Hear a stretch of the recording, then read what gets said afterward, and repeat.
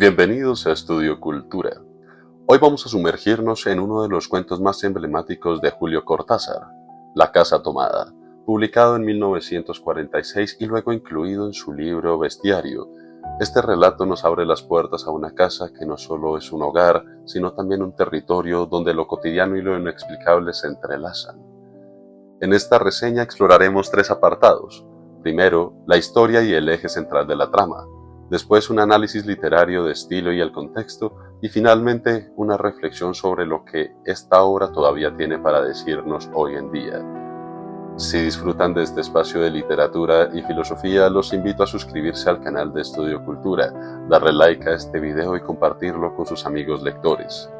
Recuerden que en nuestra página de Patreon encontrarán contenido exclusivo, desde audiolibros hasta reseñas extendidas y proyectos culturales en los que pueden participar directamente. Su apoyo es lo que permite que este proyecto siga creciendo. Sin embargo, cabe una salvedad. Recordarles que el audiocuento de este cuento de justamente Julio Cortázar se encuentra en nuestra página de Patreon por si no lo han escuchado o si no lo han leído, para evitar spoilers en la parte primera de la historia o el eje central de la trama. Comencemos. 1. Historia central de la trama. El cuento La Casa Tomada narra la vida de dos hermanos, Irene y el narrador, quienes habitan una antigua y espaciosa casa en Buenos Aires. La casa, heredada en generaciones anteriores, es refugio de ambos, un espacio que contiene una historia familiar, sus recuerdos y también su rutina diaria. Ellos llevan una vida tranquila y algo monótona, marcada por pequeñas costumbres. Irene se dedica al tejido, mientras el narrador organiza su tiempo entre la lectura, los libros franceses y la administración de los bienes heredados. La casa es, al inicio, símbolo de pertenencia, continuidad y cierta estabilidad.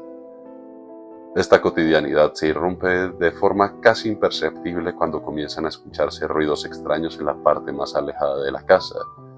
No se trata de un sonido fuerte o claro, sino más bien como un rumor impreciso, un murmullo que anuncia la presencia de algo indeterminado. El narrador reacciona con rapidez, cierra la puerta de roble y decreta que esa parte de la casa ha sido tomada. Aunque la reacción podría parecer excesiva, Irene lo acepta con naturalidad, y ambos hermanos, sin cuestionar demasiado, reorganizan su vida en el espacio restante de la vivienda. Con el paso de los días, la reducción del espacio no parece incomodarlos demasiado, incluso descubren ciertas ventajas. La limpieza se simplifica, Irene tiene más tiempo para tejer, el narrador ocupa sus horas revisando la colección de estampillas heredadas. Sin embargo, el trasfondo de pérdida es inevitable, objetos queridos, libros y recuerdos que han quedado en la parte tomada. Aunque tratan de no pensarlo demasiado, la ausencia se hace sentir en pequeños gestos de nostalgia compartida. Y esa tensión crece nuevamente cuando una noche vuelven a oír ruidos, esta vez en la parte de la casa que aún ocupan. Irene y su hermano comprenden que la invasión ha avanzado. No intercambian explicaciones ni buscan enfrentar la situación. Simplemente se levantan y abandonan la casa casi sin mirar atrás. Con un gesto final, el narrador cierra la puerta de la entrada y arroja la llave a la alcantarilla, como si con ello sellara el destino de la casa tomada. Lo inquietante del relato es que nunca se nos revela quién o qué toma la casa. No hay descripción de intrusos ni explicaciones sobrenaturales claras. Solo hay un vacío, un algo que se manifiesta a través de sonidos y que expulsa a los hermanos de su propio espacio. Esa ambigüedad, lejos de ser un descuido, es el núcleo del relato. El miedo no está en lo visible, sino en lo que nunca llega a mostrarse. Así, Casa Tomada funciona como una metáfora abierta. La historia de dos hermanos despojados de una casa se convierte en una reflexión sobre lo frágil de la seguridad cotidiana. Lo que parecía inmutable, la casa, la herencia, la rutina, puede perderse sin explicación alguna. En el silencio de los protagonistas, su aceptación resignada y la falta de confrontación hacen del relato un extraño espejo de nuestra propia manera de afrontar lo inexplicable. 2. Análisis literario. Cortázar publicó Casa Tomada en 1946 en la Revista de los Anales de Buenos Aires, dirigida por Jorge Luis Borges, y posteriormente lo incluyó en su libro El Bestiario, publicado en 1951. Desde su aparición, el cuento se consolidó como una de las piezas fundamentales de la narrativa breve y como un ejemplo de lo que la crítica llamaría lo fantástico cotidiano. La obra se sitúa en una ciudad de reconocible Buenos Aires y en un entorno doméstico, pero introduce lo extraño sin la necesidad de explicarlo, lo que genera un clima inquietante y que nunca se resuelve del todo. El cuento se inscribe dentro del género fantástico, aunque no en la vertiente gótica o sobrenatural clásica, sino aquella que Cortázar perfecciona, la irrupción de lo inexplicable en un marco realista. La narración es sobria, contenida, sin adornos innecesarios. La voz del narrador es directa, casi documental, lo cual contrasta con el misterio de que se va instalando. Y sobre esta tensión entre la claridad del lenguaje y la opacidad del narrado es uno de los recursos más brillantes del cuento. En cuanto a estilo, Cortázar maneja un ritmo con precisión. El relato comienza describiendo la vida rutinaria de los protagonistas y no solo después introduce los elementos perturbadores, sino que además está en los silencios, las pausas y las acciones cotidianas que se intercalan con ruidos inexplicables, creando un contrapunto que hace crecer la tensión sin recurrir a giros bruscos. La economía narrativa es tal lo que es lo ominoso y lo que constituye con muy poco, apenas un rumor, un gesto, una puerta cerrada. El contexto histórico de Casa Tomada también resulta relevante. Publicado en la Argentina de mediados del siglo XX, algunos críticos han interpretado el cuento como una alegoría de la situación política del país, marcada por cambios de poder y expulsiones simbólicos. La casa sería entonces una metáfora de un espacio de pertenencia que resulta arrebatado por fuerzas anónimas. Sin embargo, el texto no ofrece claves explícitas que confirmen esa lectura, lo cual permite múltiples interpretaciones. La elección de los personajes tampoco es arbitraria.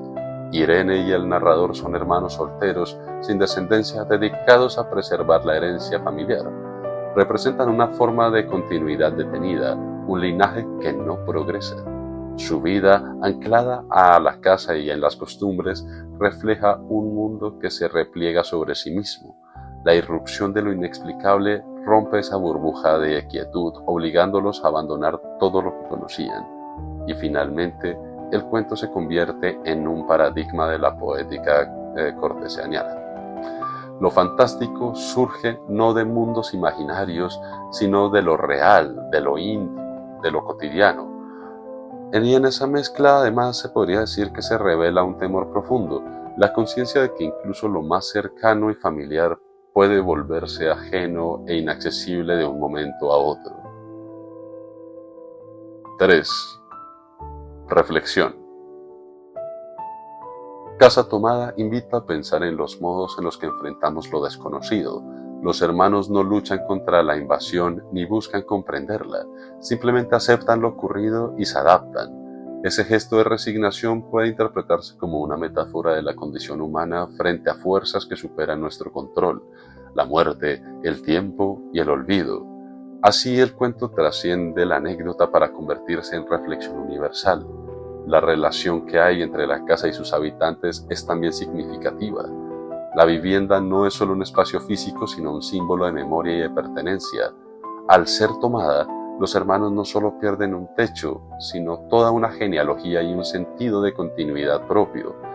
El abandono final, marcado por el gesto de tirar la llave a la alcantarilla, muestra que no hay posibilidad de retorno, que lo perdido no está para siempre. Otro aspecto que merece la pena destacarse es la pasividad de los personajes. Cortázar los presenta como sujetos incapaces de enfrentarse a lo que ocurre, y esa impotencia resulta más perturbadora que los ruidos mismos. El verdadero terror no proviene de la invasión, sino de la incapacidad de resistirla. Esta actitud puede leerse prácticamente como una crítica a la pasividad social, a la que en alguna forma en la que los individuos ceden espacio sin comprender todo lo que está en juego. Y al mismo tiempo el cuento sugiere que lo inexplicable no necesita explicación. Cortázar no busca revelar qué tomó la casa, De hecho, esa ausencia de respuesta es lo que hace de la narración que sea perturbante en la memoria del lector. Nos recuerda que hay misterios que no pueden resolverse con lógica y que la literatura puede mostrar la fuerza de lo desconocido y sin necesidad de domesticarlo con palabras.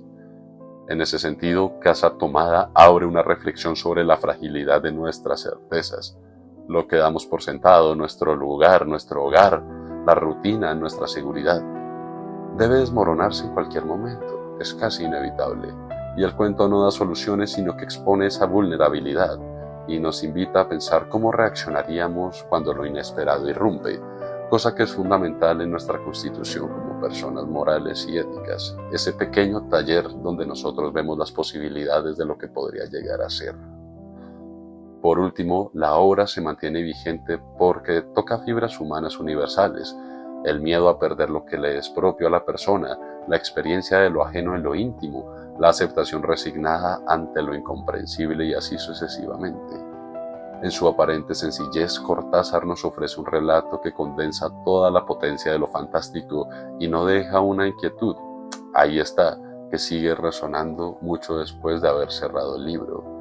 Así es que Casa Tomada es un cuento que nos muestra cómo lo extraño puede habitar en lo familiar y cómo lo inexplicable, sin necesidad de mostrarse, puede cambiar nuestra vida para siempre. Cortázar logra que la ausencia de respuesta sea más poderosa que cualquier explicación y en ello radica la fuerza de su literatura. Gracias por acompañarnos en esta reseña. Soy Nicolás Orozco y esto fue Estudio Cultura. Nos vemos en un próximo video con más literatura y filosofía para seguir pensando juntos, pero no quiero dejar de irme sin recordarles que este audiolibro y audiocuento se encuentra en nuestra página de Patreon, donde al suscribirse podrán acceder a él para poder, a partir de mi voz, poder conocer a profundidad la historia. Sin más, nos vemos en una próxima ocasión. Gracias.